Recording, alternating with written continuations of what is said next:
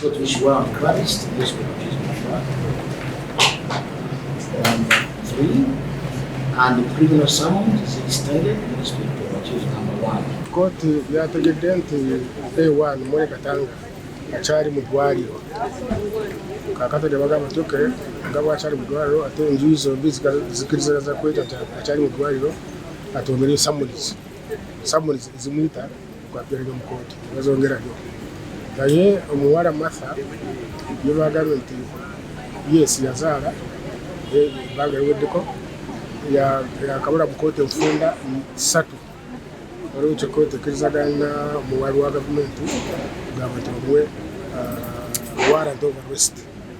So ekyo kiribaddewo mu kkooti ate ebirala bya bail application nane butajja kubiwulira okutuusa nga kkooti evudde mu high court. Waliwo ekyo ffe nga lwabafiirwa tetulina nsonga n'okusala mu kuwumulamuzi bwekutyo. Download the app on App Store or Google Play Store now.